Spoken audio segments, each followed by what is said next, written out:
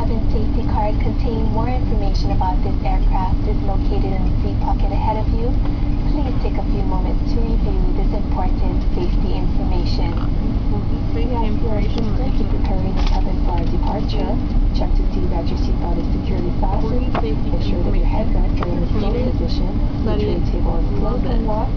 Your seatbelt is in its full position, and the carry-ons are properly sealed completely in front of you or in the overhead compartment in the first class cabin. Thank you. Ensure that your foot and leg rests are in the float position. Cool. Okay, For those passengers seated next to the window, please raise your window shades for takeoff. This is a non-smoking flight. Smoking is not permitted at any time aboard this flight.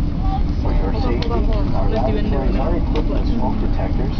Federal regulations prohibit the tampering with, disabling, or destroying any installed detector.